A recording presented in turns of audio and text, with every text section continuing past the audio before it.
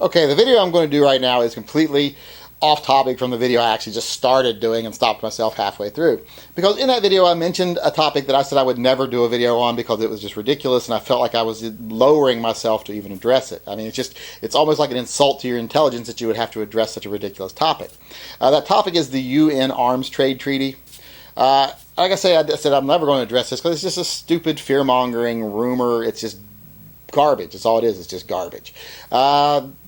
But I've lately been getting such a flood now, and there's a new flood. Now, so far we've heard that Hillary Clinton has signed it 3 times. We've heard that Barack Obama has signed it twice. We've even been given dates they signed it on and when it was going to go into effect. And it's turned out to be lies every time, but it seems every time people start falling for it again. And now we're hearing, Barack Obama has signed it just 2 days after the election. Well, I've been getting a lot of emails over the last 24 hours like, I'm trying to find it so I can read it, and I can't find it. Well, you can't find it because it doesn't exist. It's all total garbage. There is no such thing as the Arms Trade Treaty in the form that we are being presented it, in the way it's being represented to us. It just does not exist in that form, and no one has signed it because it doesn't exist. Now, the UN has been looking into an arms trade treaty, but we'll talk about that in a minute and what it really does. But first thing you have to remember that even if the president did sign a treaty with another country or with the UN, it has to be ratified by 2/3 of the Senate. So first the treaty has to exist, then it has to be signed, then it has to be ratified. And then even if it's ratified, what was it? Was it Reed versus Covert, I think, in 1957? If I'm wrong about that, I will correct myself. But in 1957, Reed versus Covert basically says that even if the treaty exists, is signed, and then is ratified by Congress, if it contradicts the Constitution, it is null and void. It cannot supersede the Constitution. So this whole idea that this is all the way around the Second Amendment it's like I said, it's garbage. It's fear-mongering. It's basically playing on the worst aspects of the gun community. It's trying to turn us into a bunch of fear-based reactionary morons. And I really hate seeing it. I hate that kind of thing.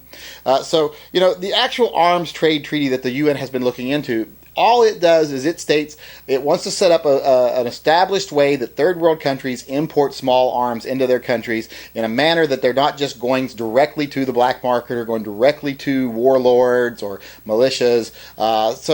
All it's doing is, and the system it sets up is far less restrictive than the system we already have in our country. So even if we somehow got rid of our own laws that regarded gun sales and went to the UN the arms trade treaty from the UN, well then gun sales in this country would be a lot more laxed and a lot more easy because that is a lesser plan than what we already have in place. So don't let yourself be fooled by this kind of stuff. Don't let yourself be played.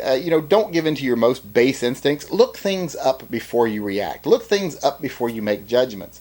This is something that has been so easy to look up and so easy to discredit. You can, shouldn't it be a clue to you when you've been told it 4 or 5 times and every time it's turned out to be false? And then you get told it again and you just jump on it again.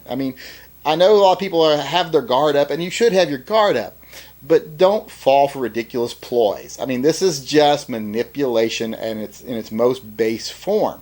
Like I said, there is no treaty. It hasn't been signed. It hasn't been ratified by Congress, and it wouldn't supersede the Constitution.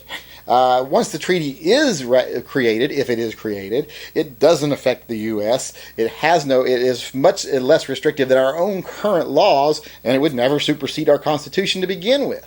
So what are people worried about in that? That is a moot point. It is not going to happen. It is not anything to worry about. There are real threats you face every day. Real things to worry about. Worry about those. Stop worrying about witch hunts like this.